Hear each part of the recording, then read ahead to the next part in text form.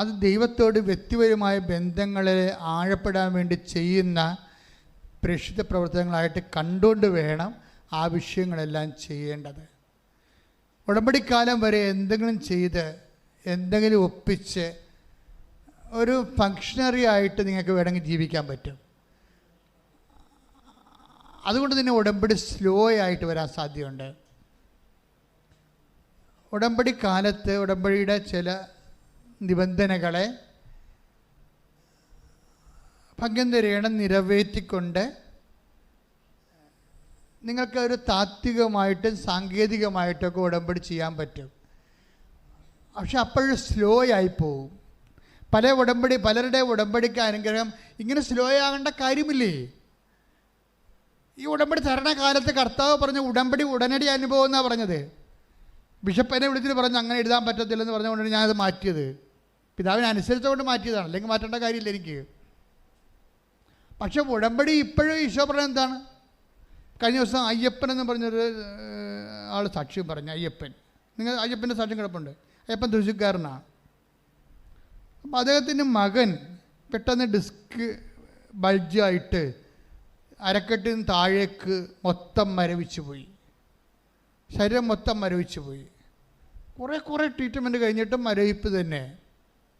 കുറേ ട്രീറ്റ്മെൻറ്റ് കഴിഞ്ഞ് മരവിപ്പ് തന്നെ, മാറ്റമില്ല. മരവിക്കണം എന്ന് പറയുന്നത് വല്ലാത്ത മരവിപ്പാണ്. സൂചി കൊണ്ട് കുത്തിയാൽ പോലും തൊടയിൽ അറിയത്തില്ല. അപ്പോൾ എന്തൊരു മരവിപ്പായിരിക്കും അത്. നടക്കാൻ പറ്റത്തില്ല, കിടപ്പാണ്. പിന്നെ എന്താ വെച്ച് കഴിഞ്ഞാൽ മൂത്രം ഒഴിച്ചാൽ പോലും അറിയാതെ അവസാനം മൂത്രം ഒഴിച്ചാൽ പോലും മൂത്രം പോയതായിട്ട് അറിയത്തില്ല. അങ്ങനെ അവസ്ഥയായി. അപ്പോൾ അദ്ദേഹത്തിനോട് പലരും പറഞ്ഞു, ഇത് ഈ ഡോക്ടേഴ്സ് കുറേ ചികിത്സ എല്ലാം കഴിഞ്ഞു, പല സ്ഥലത്തും പോയ സ്ഥലം പോയ ആശുപത്രി ഒന്നും ഇവിടെ പേരൊന്നും ഇവിടെ പറഞ്ഞ ആവശ്യമില്ലല്ലോ. അവർക്ക് പോകാൻ പറ്റുന്ന എല്ലാ സ്ഥലത്തും പോയി. പിന്നെ അവസാനം പറഞ്ഞ് ചില പറയും രോഗമൊന്നും കാണുന്നില്ല, സൈക്കോളജിക്കൽ പ്രോബ്ലം ആണെന്ന് പറഞ്ഞ്. എന്നാൽ പിന്നെ സൈക്കാട്രിസ്റ്റ് അടുത്തും പോയി. എന്നിട്ട് മരവിപ്പിന് മാറ്റമൊന്നുമില്ല, എഴുന്നേക്കാൻ പറ്റണില്ല. അവസാനം ആരാണ്ട് ഒരു ടീച്ചർ, അത് ഒരു മെൻറ്റർ, ആരാ അവർ? ജാസ്മിൻ എന്നും പറഞ്ഞൊരു ടീച്ചർ അവരുടെ വീട്ടിൽ ചെല്ലാം, ഉടമ്പടി തേന് കൊടുക്കാൻ വേണ്ടി. അത് കൊടുക്കാൻ ചെന്നപ്പോൾ അവർക്ക് സംശയം തോന്നി, പറയണോ ഇങ്ങനെ കൃപാസനത്തെക്കുറിച്ച് പറയണോ? പറഞ്ഞാൽ ഇവർക്ക് എന്ത് തോന്നുമായിരിക്കും, അവരത് ആക്ഷേപിച്ച് കളയുവാ. അപ്പോൾ അത് സങ്കടമാണ്. മാതാവിനെക്കുറിച്ച് അങ്ങനെയൊക്കെ പറഞ്ഞാൽ അവർക്ക് പറയുന്നവർക്ക് സങ്കടം വരത്തില്ലേ? പറയണ്ടേ. പക്ഷേ ജാസ്മിൻ ഇവർ തീർന്നെന്ന് കണ്ടപ്പോൾ, ഇനി ഒരു മാർഗ്ഗമില്ലെന്ന് കണ്ടപ്പോൾ ജാസ്മിൻ പറഞ്ഞ് കൃപാസന മാതാവിൻ്റെ അടുത്ത് പോയാൽ രക്ഷപ്പെടുമെന്ന് പറഞ്ഞു. ഉടനെ അയ്യപ്പൻ കുഞ്ഞിനെയും കൊണ്ട് ഇവിടെ വന്ന്, വീൽ ചെയറിലാണ് വന്നത്, ഉടമ്പടി എടുത്തു, ആൾത്താറിലും വന്ന് പ്രാർത്ഥിച്ചു, മാതാവിനെയും കണ്ട്. അപ്പോൾ ഒരു കൊല്ലമായിട്ട് അനക്കമില്ലാത്ത പയ്യനാണ്. ചേർത്തല ചെന്നപ്പോൾ അവൻ പറഞ്ഞ് വണ്ടി നിർത്തിക്ക്, എനിക്കൊന്ന് ഇറങ്ങി നിൽക്കണമെന്ന് പറഞ്ഞ്. അപ്പോൾ അവൻ ഇറങ്ങി നിന്ന് രണ്ട് ചെവിട് നടന്ന്, എന്നിട്ട് പിന്നെ തളർന്നപ്പോൾ പിന്നെയും കയറിയ ആൾ വീട്ടിൽ ചെന്ന്. കഴിഞ്ഞ ഫെബ്രുവരിയിൽ ആദ്യവാരം മാതാവ് സ്വപ്നത്തിൽ വെച്ചാൽ പറഞ്ഞ് ഫെബ്രുവരി 26 കംപ്ലീറ്റ് സുഖമാവുമെന്ന് പറഞ്ഞവനോട്. 28 ഫെബ്രുവരി 28 കംപ്ലീറ്റ് സുഖമാവെന്ന് പറഞ്ഞു. അമ്മ പറഞ്ഞ അതേ സമയത്ത് 28 അവൻ നടക്കാൻ തുടങ്ങിയാണ്. ഇതാണ് കൃപാസന അനുഭവം എന്ന് പറയണത്. അപ്പം നമ്മളൊന്ന് മനസ്സ് വെച്ച ഒരു സെക്കൻഡ് മതി ഈ വിഷയം. നിങ്ങൾ ആ സാക്ഷ്യം നോക്കണം. ആ സാക്ഷ്യം കിടപ്പുണ്ട്. അയ്യപ്പൻ്റെ സാക്ഷ്യമാണ് ഈ ആഴ്ചത്തെ നല്ല വലിയ സാക്ഷ്യങ്ങളൊന്നും അതാണ്. അതായത് എന്ന് വെച്ച് കഴിഞ്ഞാൽ മുഴുവനും മരവിച്ച് തീർന്നു, ഇനി ഇവിടെ കിടന്ന് മരിച്ചു പോകത്തുള്ളെന്ന് വിചാരിച്ചാലും അമ്മ വന്നൊന്ന് തൊട്ടാൽ അതോട് ജീവൻ തിരിച്ചു കിട്ടും. അപ്പോൾ ഇതാണ് ഉടമ്പടി എന്ന് പറയണത്. അപ്പോഴും നിങ്ങൾക്ക് അത്രയും വ്യക്തമായ കാര്യമാണെങ്കിൽ ആദ്യമതിന് നമ്മൾ ചെയ്യേണ്ടത് എന്താണ്? അടയാളം കാണട്ടെ. അയ്യപ്പൻ്റെ മോന് കാണിച്ചല്ല, ആൻ്റപ്പൻ്റെ മോന് കാണിച്ചല്ല, എനിക്ക് കാണിക്കട്ടെ എന്ന് പറഞ്ഞിരുന്നാൽ നടക്കത്തില്ല സംഭവം. അപ്പോൾ നിങ്ങൾ ദൈവത്തെ പരീക്ഷിക്കാൻ വേണ്ടിയിരിക്കുകയാണ്. നിങ്ങൾ ചെയ്യേണ്ടത് ആദ്യം ദൈവവുമായിട്ട് ആത്മബന്ധം ഉണ്ടാക്കാൻ നോക്കണം. അപ്പോൾ ദൈവത്തിന് തോന്നണം ദൈവത്തിൻ്റെ മകളാണ്, ദൈവത്തിൻ്റെ മകനാണ്. ഉടമ്പടിക്കാലം കഴിഞ്ഞാലും നീ വിശുദ്ധിയോടെയും ദൈവത്തിന് വേണ്ടി ജീവിക്കുമെന്ന് ദൈവത്തിന് തോന്നിയാൽ ഉടമ്പടി ടൈം ഷോർട്ടായി വരും.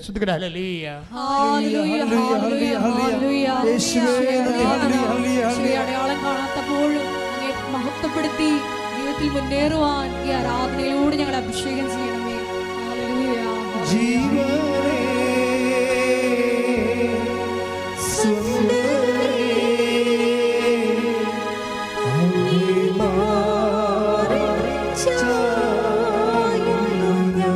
ഒരുമിച്ച് പാടുക. ജീവനെ ജീവനേ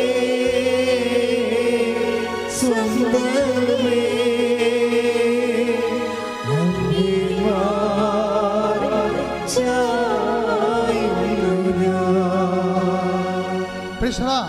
അതായത് ഉടമ്പടി നമ്മൾ സാക്ഷികൾക്ക് മനസ്സിലാവും.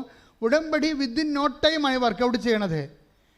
അതിന് മാറ്റമൊന്നുമില്ല. സമയമെന്ന് പറഞ്ഞാൽ സമയത്ത് സൃഷ്ടിച്ചിരിക്കുന്നത് തന്നെ ദൈവമാണ്. അതുതന്നെ അതിൻ്റെ വിധാതാവും ദൈവം തന്നെയാണ്. അപ്പം അതുകൊണ്ട് നമ്മളെ സംബന്ധിച്ചിടത്തോളം നമ്മൾ ദൈവത്തിൻ്റെ സ്വന്തമായി തീരുമ്പോൾ ബാക്കിയുള്ളതെല്ലാം ക്രമീകരിക്കപ്പെടുമെന്ന് പറഞ്ഞതിൻ്റെ കാരണം, ഇപ്പോൾ ഉദാഹരണത്തിന് സങ്കീർത്തനം എടുത്ത് 31:15-16 എടുക്കുക. സങ്കീർത്തനം 31:15-16. സങ്കീർത്തനം 31:15-16. എന്റെ ഭാഗധേയം അങ്ങയുടെ കൈകളിലാണ്, ശത്രുക്കളുടെയും പീഡകരുടെയും കൈകളിൽ നിന്ന് എന്നെ മോചിപ്പിക്കണമേ. പ്രൈസ് ദി ലോർഡ് എന്ന് പറഞ്ഞ് എൻ്റെ ഭാഗധേയം അങ്ങയുടെ കൈകളിലാണ്. മനസ്സിലായില്ലേ? നമ്മുടെ നിയോഗം എവിടെയാണ് കിടക്കുന്നത്? ഭാഗധേയം ഇവിടെ എന്താണ്? നമ്മുടെ ഷെയർ, നമ്മുടെ അവകാശം, നമ്മുടെ നിയോഗം, അതായത് 31:15 സങ്കീർത്തനം എന്ന് പറഞ്ഞ എൻ്റെ ഭാഗധേയം അങ്ങയുടെ കരങ്ങളിലാണ്, നിന്റെ കരങ്ങളിലാണ്. 6 ഭാഗധേയമാണ് നമ്മൾ നോക്കണം. 6 ഭാഗധേയം, 6 നിയോഗം. അതെന്താണ്? 6ഉം ദൈവത്തിൻ്റെ കരങ്ങളിലാണ്. അപ്പോൾ ദൈവം ടൈം ഷോട്ട് ചെയ്താൽ പെട്ടെന്ന് ടൈം ഷോട്ടാകും. കാര്യം എന്താണ്? സമയം. അത് ഇംഗ്ലീഷ് ബൈബിൾ ഭയങ്കര രസമാണ്. My time is in your hand. ഭാഗധേയം എന്നല്ല കിടക്കുന്നത്. ഇംഗ്ലീഷ് ബൈബിൾ വായിച്ച് നമുക്ക് മനസ്സിലാവും. My time is in your hand. എൻ്റെ സമയം നിന്റെ കയ്യിലാണെന്ന്. കൈയടിച്ച് ശ്രദ്ധിക്കട്ടെ.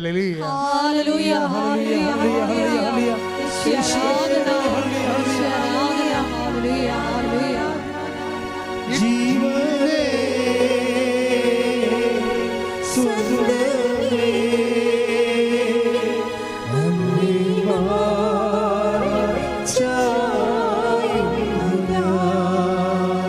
പരിശുദ്ധ പരമ ദിവ്യകാരുണ്യത്തിന് ആരാധനയും സ്തുതിയും പുകഴ്ചയും ഉണ്ടായിരിക്കട്ടെ.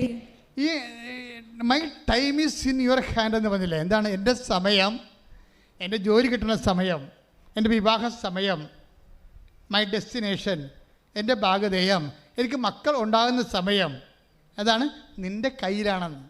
അതാണ് സങ്കീർത്തനം 32:31-15. അതായത് എനിക്ക് ജോലി കിട്ടുന്ന സമയം എവിടെയാണ്? നിൻ്റെ കൈകളിലാണ്. എൻ്റെ വിവാഹ സമയം നിൻ്റെ കൈകളിലാണ്, അല്ലേ? എൻ്റെ പരീക്ഷ വിജയത്തിൻ്റെ സമയം നിൻ്റെ കൈകളിലാണ്. അപ്പോൾ എല്ലാം my time is in your hand. സങ്കീർത്തനം 31:15. ഇനി ദൈവത്തിൻ്റെ കൈകളിലാണ് നമ്മുടെ ഭാഗധേയമെങ്കിൽ, നമ്മുടെ ഓരോ നിയോഗങ്ങളെ നിവൃത്തിയാകുന്ന ടൈമെങ്കിൽ, ഈ ടൈം ഷോർട്ട് ചെയ്യാനുള്ള മാർഗം എന്താണ്? ടൈം ഷോർട്ട് ചെയ്യാനുള്ള മാർഗം എന്താണ്? അത് ജ്ഞാനത്തിൻ്റെ പുസ്തകം എടുത്ത് ജ്ഞാനം 14:13. ശ്രുതികട്ടെ. Hallelujah hallelujah hallelujah hallelujah hallelujah. യേശുവേ നന്ദി നന്ദി നന്ദി. Hallelujah hallelujah hallelujah hallelujah. യേശുവേ സ്തുതി. Hallelujah hallelujah hallelujah. യേശുവേ ആരാധന ആരാധന ആരാധന ആരാധന. 4:13.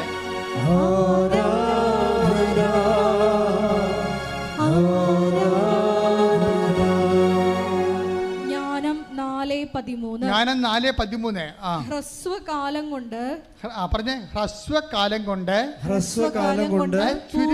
ചുരുങ്ങിയ കാലം കൊണ്ട്, ഷോർട്ട് ടൈം വേണ്ട, ഹ്രസ്വകാലം കൊണ്ട് പൂർണ്ണത കൈവരിച്ചതിനാൽ നീതിമാൻ ദീർഘകാലം പിന്നിട്ടു. ഒന്നുകൂടി പറഞ്ഞേ. ഹ്രസ്വകാലം കൊണ്ട് പൂർണ്ണത കൈവരിച്ചതിനാൽ നീതിമാൻ ദീർഘകാലം പിന്നിട്ടു. അതെന്ത് സംഭവം എന്ന് വെച്ച് കഴിഞ്ഞാൽ, ഈ ദിവസങ്ങളിൽ വിജയകുമാർ സാറിൻ്റെ ടോക്ക് നിങ്ങൾ നോക്കിയാൽ മനസ്സിലാകും. അദ്ദേഹത്തിൻ്റെ ഇതുമായി ബന്ധപ്പെട്ട അനുഭവ സാക്ഷ്യങ്ങൾ അദ്ദേഹം സാക്ഷ്യപ്പെടുത്തുന്നുണ്ട്. കഴിഞ്ഞ ചൊവ്വാഴ്ചത്തെ അത് നമ്മൾ ഒപ്പ് ചെയ്തിട്ടുണ്ട്, നോക്കണമേ. അപ്പോൾ എന്താ സംഭവിച്ചു കഴിഞ്ഞാൽ അതിൽ വരുന്ന വിഷയം ആ വചനം ഒന്നിന് പറഞ്ഞ് ജ്ഞാനം 4:13 എന്താ പറയുക? ആ, ഹ്രസ്വകാലം കൊണ്ട് പൂർണ്ണത കൈവരിച്ചതിനാൽ ഹ്രസ്വകാലം കൊണ്ട് ചുരുങ്ങിയ കാലം കൊണ്ട് പൂർണ്ണത കൈവരിച്ചതിനാൽ നീതിമാൻ ദീർഘകാലം പിന്നിട്ടു. അപ്പൊ ദീർഘകാലം കൊണ്ട് നേടേണ്ട കാര്യങ്ങളെ നമുക്ക് ഷോർട്ട് ടൈമിൽ നേടാൻ പറ്റും. ദീർഘകാലം കൊണ്ട് നേടേണ്ട കാര്യങ്ങളെ നമുക്ക് ഷോർട്ട് ടൈമിൽ നേടാൻ പറ്റും. എങ്ങനെ, എന്ത് ചെയ്യണം അതിനു വേണ്ടി? അത് ഹ്രസ്വകാലം കൊണ്ട് പൂർണ്ണത കൈവരിക്കണം. പറഞ്ഞു മനസ്സിലായില്ലേ? ഇപ്പോൾ ഉടമ്പടി ഹ്രസ്വകാലമാണ്, 90 ദിവസമേ ഉള്ളേ. ഈ 90 ദിവസത്തിനുള്ളിൽ പൂർണ്ണത കൈവരിക്കണം. അല്ല പുതുക്കിയിട്ട് പത്രം കൊടുക്കാതെ ഇരിക്കരുത്. ചിലർ പറഞ്ഞില്ല, ഞാൻ സാക്ഷ്യം പറയാൻ വന്നിട്ടും പറയുമേ സാക്ഷ്യമൊക്കെ കിട്ടി, കല്യാണമൊക്കെ നടന്ന് ഞാനേ പത്രം ഇപ്പോഴും കൊടുത്തിട്ടില്ല, രോഗികളെ ഇപ്പോഴും കണ്ടിട്ടില്ലെന്നൊക്കെ പറയും. അതായത് എന്നിട്ട് ഇവർ കെട്ടിയെടുത്ത് കാനഡയിലും അവിടെ യൂറോപ്പിലൊക്കെ ചെല്ലും എന്ന് പറയുമേ അവിടെ രോഗികളൊക്കെ കാണാൻ ഭയങ്കര പാടാണ്. ഞാൻ പറഞ്ഞു ദൂരദർശനം കൊണ്ട് പോകും, കാണാൻ പറ്റും. വല്ല കഥ ഓരോ ഉടായ്മ പറഞ്ഞുകൊണ്ട് ഇറങ്ങിയിരിക്കണം സാക്ഷ്യം പറയാൻ വേണ്ടി. ഈ ക്യാമറയുടെ കാലിന് പിടിച്ച് തലക്കറി തല്ലണമെന്നാണ്. അതെന്നാ പരിപാടി വെച്ച് കഴിഞ്ഞാൽ ഇവർ ചെയ്യാത്ത കാര്യം ഇവിടെ പറയുകയാണ്. അതായത് ഈ സമയം വരെ ആ 90 ദിവസം കഴിഞ്ഞ് ദൈവം അനുഗ്രഹിച്ചു. ഇപ്പോഴും രോഗികളെ കണ്ടിട്ടില്ല അവർ, ഇപ്പോഴും പത്രം കൊടുത്തിട്ടില്ല അവർ. പക്ഷെ ബൈബിൾ എന്താ പറയണത്? ഹ്രസ്വകാലം കൊണ്ട് പൂർണ്ണത കൈവരിച്ചാൽ ദീർഘകാലം കൊണ്ട് ദൈവം ചെയ്യാനുള്ളത് ആ ഹ്രസ്വകാലത്ത് ദൈവം ചെയ്യും. അതാണ് ഉടമ്പടിയുടെ പ്രശ്നം. അത് വിജയകുമാർ സാർ എന്താ പറയാൻ കാര്യം എന്താ അറിയുമോ?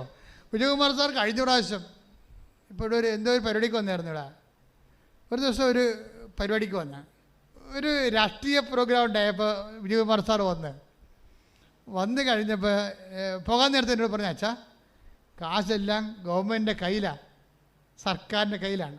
പുള്ളിക്ക് പയറും അരിയൊക്കെ ഗവൺമെൻറ് കൊടുക്കുന്ന പരിപാടിയാണ്. നല്ല കാശുണ്ട്, കോടികൾ കിട്ടാനുണ്ട്.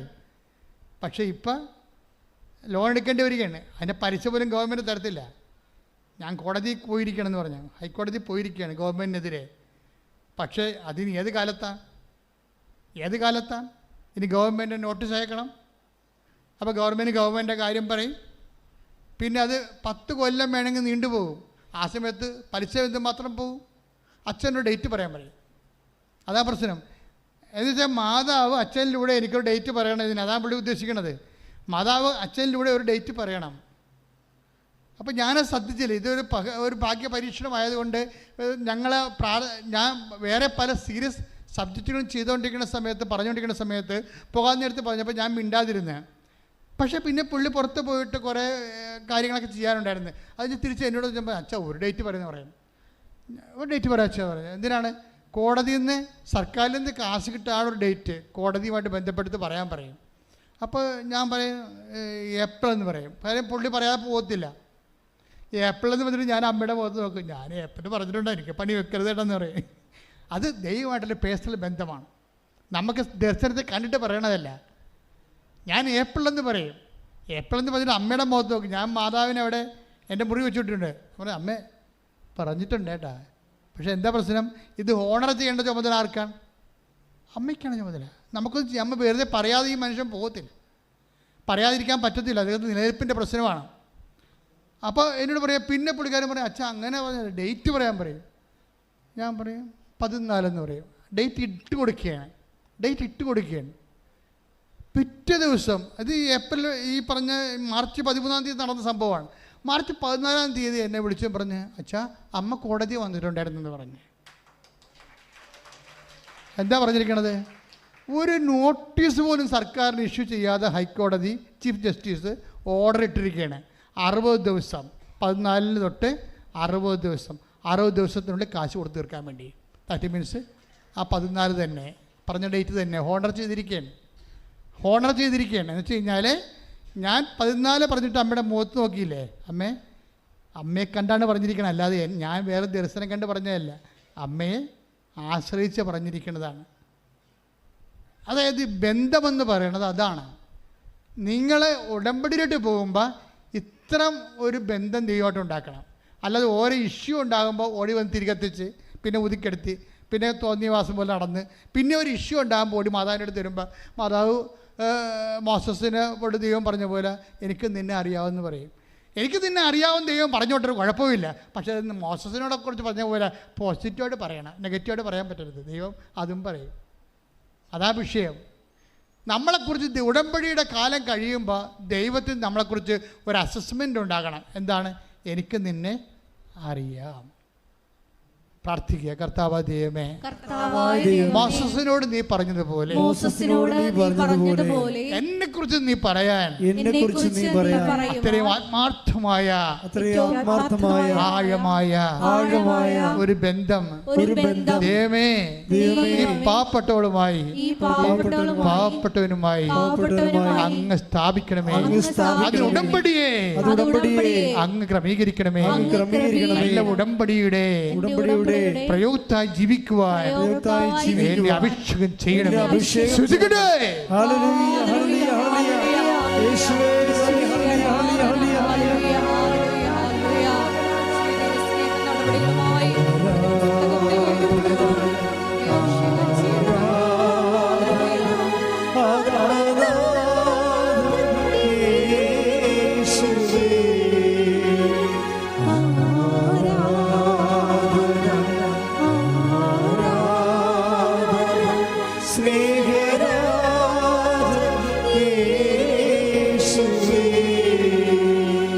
എഴുന്നേൽക്കുക. പരിശുദ്ധ പരമദിവ്യകാരുണ്യത്തിന് പരിശുദ്ധ പരമദിവ്യകാരുണ്യത്തിന് പരിശുദ്ധ പരമദിവ്യകാരുണ്യത്തിന് ആരാധന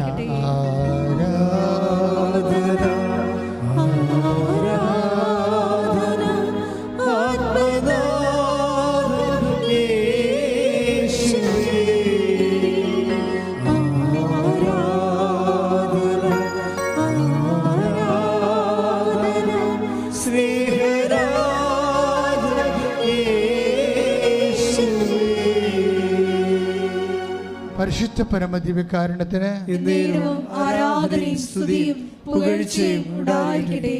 15-126-56 ഒറ്റ നമ്പറല്ല, 3 നമ്പറാണ്. 15 ഒരു നമ്പർ, 126 നമ്പർ, 56 വേറെ നമ്പർ. ഈ നമ്പറിന് പ്രാധാന്യമുള്ള വിഷയങ്ങളുമായിട്ട് ബന്ധപ്പെട്ട് നിൽക്കുന്ന വ്യക്തികൾക്ക് ദൈവികമായ അനുഗ്രഹത്തിൻ്റെ സൂചനകളാണ്. അത് വെച്ച് അവർ പ്രാർത്ഥിക്കാൻ ആവശ്യപ്പെട്ടിരിക്കുന്നു. സ്തുതിക്കട്ടെ. Hallelujah, hallelujah, hallelujah, hallelujah, hallelujah. ദൈവിക സന്ദേശത്തിന് നന്ദി പറയുന്നു. Hallelujah, hallelujah.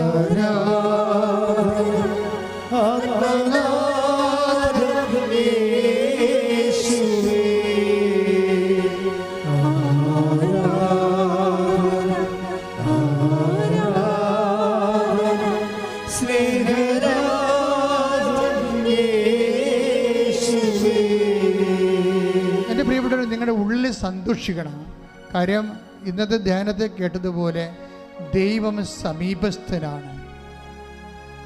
ഹൃദയം നുറുങ്ങിയവർക്ക് ദൈവം എപ്പോഴാണ് ഏറ്റവും കൂടുതൽ നമുക്ക് സമീപസ്ഥനാകണത് എന്ന് വിശുദ്ധ ഗ്രന്ഥം പറയുന്നുണ്ട്. ഹൃദയം തകർന്നവർക്ക് അവിടുന്ന് സമീപസ്ഥനാണ്. Take the word of God. സ്തുതിക്കട്ടെ. Hallelujah, hallelujah, hallelujah, hallelujah, hallelujah. യേശുവേ നന്ദി, നന്ദി, നന്ദി, നന്ദി. Hallelujah, hallelujah, hallelujah. കൈവീശിക്കൊണ്ട്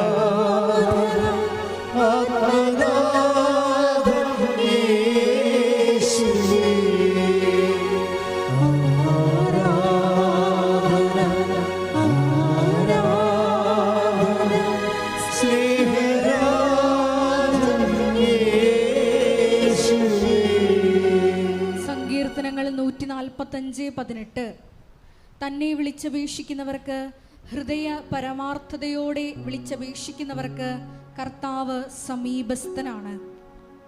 ഹൃദയം നുറുങ്ങിയവർക്ക് അവിടുന്ന് 34 എടുത്തേ. Hallelujah, hallelujah, hallelujah, hallelujah. യേശുവേ നന്ദി. സ്തുതിക്കട്ടെ. Hallelujah. Hallelujah hallelujah hallelujah hallelujah. യേശുവേ യേശുവേ. 34-ാം സങ്കീർത്തനം 18-ാം തിരുവചനം. ആ. ഹൃദയം നുറുങ്ങിയവർക്ക് കർത്താവ് സമീപസ്ഥനാണ്, മനമുരുകിയവരെ അവിടുന്ന് രക്ഷിക്കുന്നു. എൻ്റെ പ്രിയപ്പെട്ട, ഇതാണ് കാലാവസ്ഥ. കർത്താവ് അടുത്ത് വരുന്ന കാലാവസ്ഥയാണ്. എന്താണ്? ഹൃദയം നുറങ്ങിയവർക്ക് കർത്താവ് സമീപസ്ഥനാണ്. കർത്താവ് സമീപസ്ഥനാണ്. മനം തകർന്നവർക്ക് അവിടുന്നാണ് രക്ഷകൻ. ഇപ്പൊ സങ്കീർത്തനം 34:18 വചനമാണ്. അതായത് നമ്മൾക്ക് എപ്പോഴാണ് ഹൃദയം നുറങ്ങിയത്, എപ്പോഴാണ് ജീവിതം തകർന്നിരിക്കുന്നത്, അപ്പോഴാണ് ദൈവം നമുക്ക് അടുത്തനുഭവിക്കാൻ പറ്റുന്ന കാലാവസ്ഥയാണത്. അത് മനസ്സിലാക്കിയിട്ട് നിരാശപ്പെടാതെ പ്രാർത്ഥനയിലും സൽപ്രവർത്തികളിലും നമ്മുടെ വിശ്വാസത്തെ സാധൂകരിച്ചുകൊണ്ട് മുന്നേറണമെന്നാണ് കർത്താവ് ആഗ്രഹിക്കുന്നത്. ശ്രുതിക്കട്ടെ. ഹല്ലേലൂയ. Hallelujah hallelujah hallelujah. യേശുവേ ആരാധന.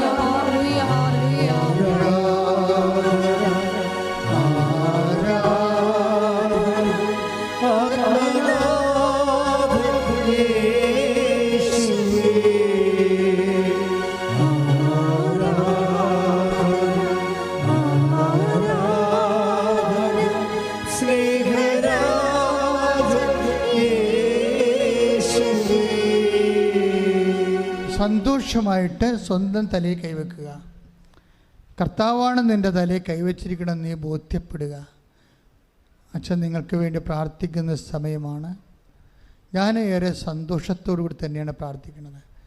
നിങ്ങളെ കർത്താവ് സ്പർശിക്കുന്ന സമയമാണ്. ഓൺലൈനിലുള്ളവരെ ഈ ധ്യാനം ഏത് കാലത്ത് കേട്ടാലും അപ്പോൾ ദൈവം നിങ്ങളെ അനുഗ്രഹിക്കാം. നിങ്ങൾ വിശ്വസിച്ചുകൊണ്ട് നിങ്ങളുടെ ശിരസിൽ കൈവച്ചുകൊണ്ട് വിശ്വാസ പ്രമാണം ചെല്ലുകയോ കർത്താവിനെ സ്തുതിക്കുകയോ ചെയ്യട്ടെ. സ്തുതിക്കട്ടെ. ഹല്ലേലൂയ. കർത്താവേ, നിന്റെ ഉന്നതമായ നാമത്തിന് സ്വസ്ഥം ചെയ്യുന്ന കർത്താവേ, നിന്റെ വിശുദ്ധ പൗരോഹിത്യത്തെ മഹത്വപ്പെടുത്തണമേ. കർത്താവേ, സഭയിലുള്ള സാന്നിധ്യം പ്രകടമാക്കണമേ. അമ്മേ, പരിശുദ്ധമ്മേ, ദേവമാതാവേ, ഓരോ മകന് വേണ്ടി മകൾക്ക് വേണ്ടി മധ്യസ്ഥ വഹിക്കണമേ.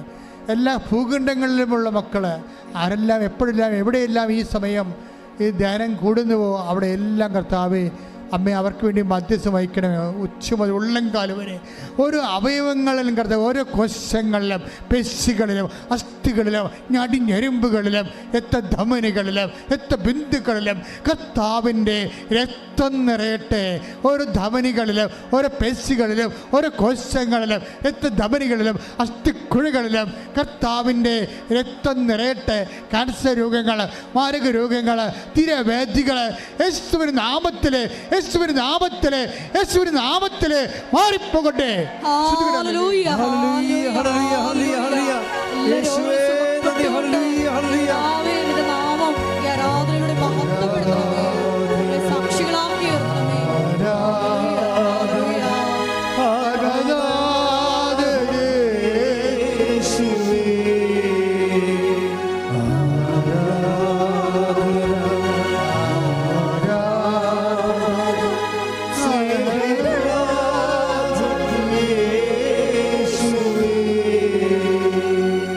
കൈകൾ തന്നെ എടുത്ത് രണ്ട് കൈകളും വയറിൽ വെക്കുക. നമ്മളിപ്പോൾ പ്രാർത്ഥിക്കുന്ന ഉദരസംബന്ധമായ രോഗങ്ങൾ ഉള്ള നിങ്ങൾക്ക് മാത്രമല്ല, നിങ്ങളുടെ അറിവിൽപ്പെട്ട ആരെങ്കിലും ഉദരത്തിൽ ക്യാൻസർ, മക്കളില്ലാത്തവർ, പാങ്ക്രിയാസ് രോഗങ്ങൾ, കുടൽ രോഗങ്ങൾ, പഴുപ്പ് രോഗങ്ങൾ, നടുവെല്ലിൻ്റെ രോഗങ്ങൾ, കിഡ്നി രോഗങ്ങൾ, കരട് രോഗങ്ങൾ, PCOD രോഗങ്ങൾ, പിസ്റ്റുല രോഗങ്ങൾ, അർസസ് രോഗങ്ങൾ, അൾസർ രോഗങ്ങൾ, രക്തംപൊക്കിൻ്റെ രോഗങ്ങൾ, മൊത്തം അറിയാതെ പോകുന്ന രോഗങ്ങൾ, എല്ലാ രോഗങ്ങളും സുഖപ്പെടാൻ വേണ്ടി ശ്രുതിക്കട്ടെ. ഹല്ലേലൂയ. കർത്താവേ, നിന്റെ ഉന്നതമായ നാമത്തിന് സ്വന്തം ചെയ്യുന്ന കർത്താവേ, നിന്റെ വിശുദ്ധ പൗരോഹിത്യത്തെ മഹത്വപ്പെടുന്ന കർത്താവേ, നിന്റെ സഭയിലെ സാന്നിധ്യം പ്രകടമാക്കുന്ന കർത്താവേ, 38 വർഷമായി അർപ്പിച്ച യോഗ്യതയാൽ കൃപാസ്ഥാനത്താറെ ജീവനോടെ പ്രത്യക്ഷപ്പെട്ട പരിശുദ്ധ അമ്മയുടെ മാധ്യസ്ഥത്തിൽ മാരക രോഗങ്ങൾ, തീരവേദികൾ, കിഡ്നി രോഗികൾ, നടുവേ രോഗങ്ങൾ, അസ്ഥി രോഗങ്ങൾ, ഉദര രോഗങ്ങൾ യേശുവിൻ്റെ നാമത്തിൽ മാറിപ്പോകട്ടെ. ശ്രുതിക്കട്ടെ.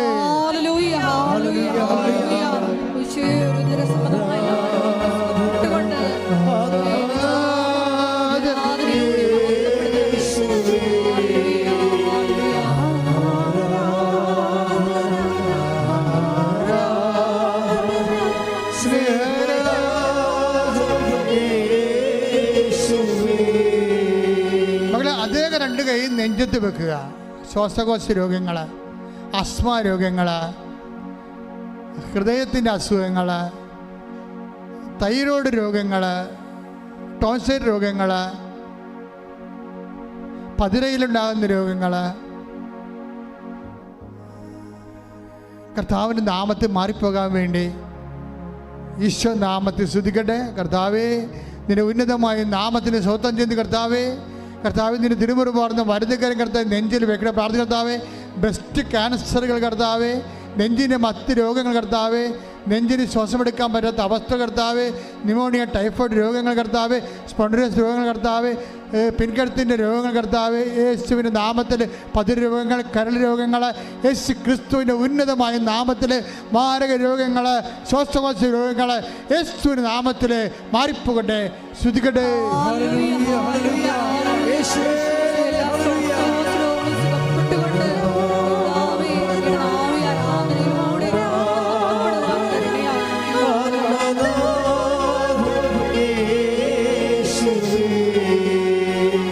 മക്കളെ നെറ്റിയിൽ കൈവെക്കുക. രണ്ട് കൈകളും ചേർന്ന് നെറ്റി വെക്കുക.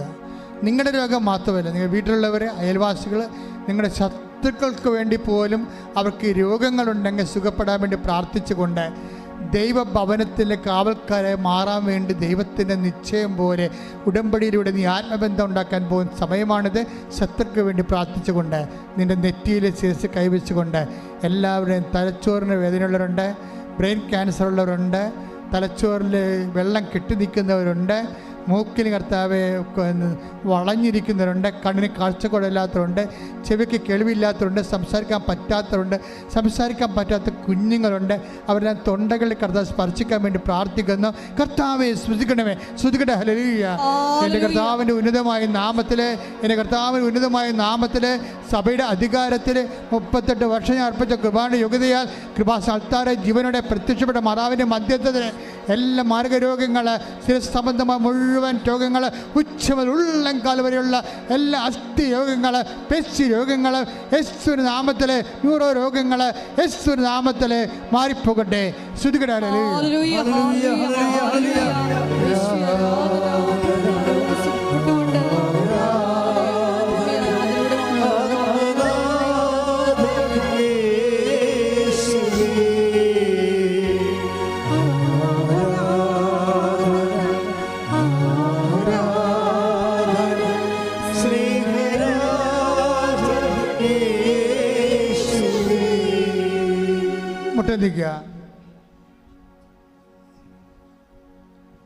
എൻ്റെ മക്കളെ, നമ്മളിപ്പോൾ മുട്ടുനിൽക്കുന്നത് അച്ഛൻ വിട്ടുപോയ വിഷയങ്ങൾക്ക് വേണ്ടി പ്രാർത്ഥിക്കാനും അതുപോലെ തന്നെ ജോലി, വീട്, വിവാഹം, സ്ഥലം, വഴി, പ്രമോഷൻ, പരീക്ഷ, റിസൾട്ട്. നമ്മുടെ കുഞ്ഞുങ്ങളെല്ലാം പരീക്ഷയിലാണ് കേട്ടോ. അപ്പം എല്ലാ മക്കൾക്ക് വേണ്ടി പ്രത്യേകം പ്രാർത്ഥിക്കണേ. SLC-കാരുണ്ട്, +2 ഉണ്ട്, +1 ഉണ്ട്, ഡിഗ്രിക്കാരുണ്ട്, പ്രൊഫഷണൽ പരീക്ഷക്കാരുണ്ട്.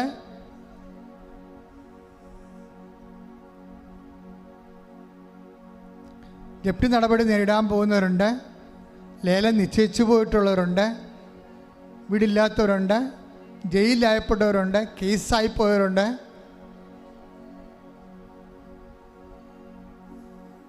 വ്യത്യസ്തങ്ങളായ സങ്കടങ്ങളിൽ കുടുംബത്തിൽ സമാധാനം ഇല്ലാത്തവരുണ്ട്, ഭാര്യ ഭർത്താക്കന്മാർ അകന്ന് ജീവിക്കുന്നവരുണ്ട്, ഒരുമിച്ച് കഴിയാൻ ആഗ്രഹിക്കുന്നവരുണ്ട്, വഴക്ക് മാറാൻ ആഗ്രഹിക്കുന്നവരുണ്ട്, കോടതി കേസുകൾ അനുകൂലമായി വിധിക്കാൻ ആഗ്രഹിക്കുന്നവരുണ്ട്. എല്ലാം സമർപ്പിച്ചുകൊണ്ട് പ്രാർത്ഥിക്കട്ടെ. സ്തുതിക്കട്ടെ, സ്തുതിക്കട്ടെ. ഹല്ലേലൂയ. എൻ്റെ കർത്താവേ, നിന്റെ ഉന്നതമായ നാമത്തിന് സ്വന്തം ചെയ്യുന്ന കർത്താവേ, ഏതെല്ലാം മക്കൾ ഭൗതികമായ ജീവിത സാഹചര്യങ്ങളിൽ തടസ്സം അനുഭവിക്കുന്നുണ്ടോ അവിടെ എല്ലാം യേശുക്രിസ്തു ഉന്നതമായ നാമത്തിൽ സഭയുടെ അധികാരത്തിൽ കുരിശിൻ്റെ അടയാളം 38 വർഷം ഞാൻ അർപ്പിച്ച കൃപാന്റെ യോഗ്യതയാൽ കൃപാസ്ഥാനത്താറെ ജീവനോടെ പ്രത്യക്ഷമാറാനും മധ്യസ്ഥത്തിൽ ജീവിത ദുരിതങ്ങൾ, തടസ്സങ്ങൾ യേശുക്രിസ്തു നാമത്തിൽ ഈ നിമിഷം മാറിപ്പോകട്ടെ. ശ്രുതിക്കട്ടെ.